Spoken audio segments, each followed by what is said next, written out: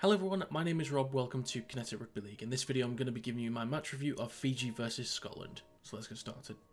So starting with the losing team, which was Scotland, they put 14 points past Fiji, they completed it 78%, they gave away 8 penalties, they had 2 sin bins, and they lost in most of the stats areas. However, it was very clearly a much better, much more improved performance over last week.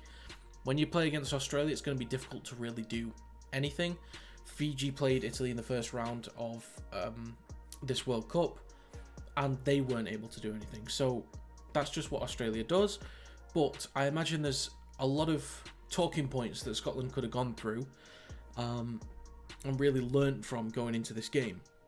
They looked a lot more effective trying to spread the ball, a lot more dangerous down the middle. They were beaten in all areas, but they just looked better in all areas than they were in week 1 and week 2 especially. So they did make improvements. It did look like there was a point where they were giving Fiji a lot of pressure. We're only about, I think they were 10 points off at one point. I think it was 24-14. And it looked like, you know, getting some good field position. If they got themselves a try, they're right in the game and they're fighting for a win. But it just didn't happen. Fiji were a bit too strong.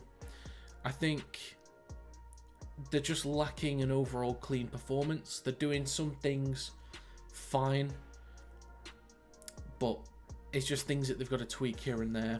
I think they possibly missed Matty Russell. I think he couldn't start because of an injury or something, and Ryan Briley couldn't play because of an injury.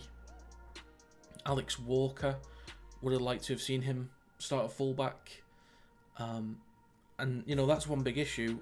Dixon started at fullback, and I think he was kind of detrimental to Scotland, because there was at least 3 instances where he should have been catching the ball or easily grabbing it to turn and go, and he's just dropping the ball, giving Fiji repeat sets. And he was a bit of a liability at the back today, and that put Scotland under a lot of pressure. So you remove those mistakes out the game, and it's a much closer scoreline, and you're not under as much pressure. You get the ball back. Now, yes, Fiji might then put you under pressure by your own try line, but it's up to you to start moving the ball away from your own end. So I am happy that Scotland were able to put a better performance together and finish this way, rather than just a blowout. I predicted 64-0. I'm a little bit disappointed in Fiji, which I'll get onto in a second, but much more improved from Scotland. Better way to go out of this competition. Hopefully they can come back in a few years' time, work on some things, put together a complete performance, look stronger, and yeah, we'll see what they do in the future. Moving on to the winning team, which was Fiji. They put 30 points past Scotland, completed at 72%, had 60% possession, 6 line breaks, and a tackle efficiency of 91.5%. Really good there. It wasn't the smoothest game from Fiji. Far from it. Very rusty at times. There was pressure from the Scottish defensive line from time to time, which stopped Fiji from playing as freely as they maybe felt they would be able to after last week. You know, they were so dominant against Italy. Italy was so dominant against Scotland, and they got battered by Australia. I think they were kind of thinking this is going to be a walk in the park, and so did I. And I was wrong. Now, you can show up to the game, but you actually have to play. And it sort of felt like they just showed up and thought they were going to win it. They looked comfortable enough, but performance-wise, I even said in the New Zealand-Jamaica video last week, coaches want perfection. And as much as Fiji were comfortable in this game, it was far from perfect. And the coaches will certainly want perfection, especially given that I believe they play New Zealand in the quarterfinals now. I think this is good for them, because you may be a little bit overconfident from last week against Italy, thinking it's going to be an easy game this week, but Scotland were able to kind of pinpoint some areas where they could be put under pressure. So there's plenty they would have learned from the Australia game. They would have found out about themselves from the Italy game, and now they can really... Feels like 3 very different games that they can now look at and really pull together some strong analysis and take that with them into the New Zealand game, who don't look that invincible, if I'm honest. So Fiji have certainly the pace and the strength to put up a good fight against any team at this competition, but it's just about putting the complete professional performance together.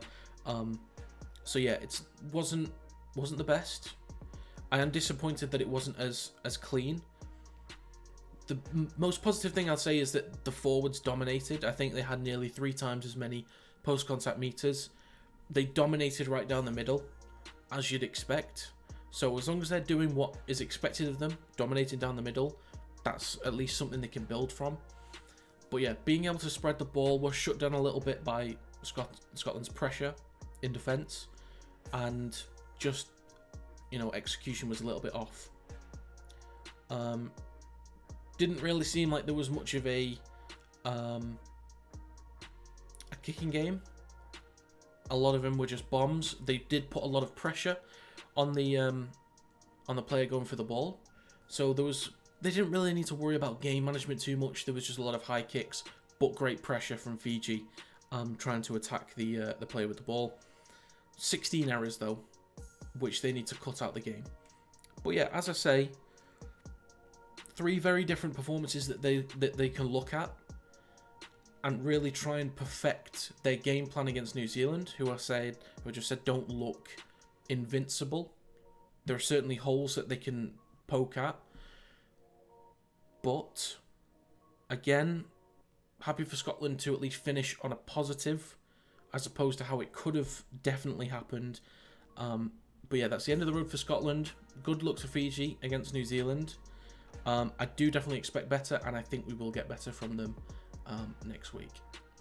So that's going to be it for this video. If you have any thoughts on the Fiji versus Scotland game, leave them in the comments down below. If you enjoyed this video, feel free to leave a like and subscribe to the channel to stay up to date with new content.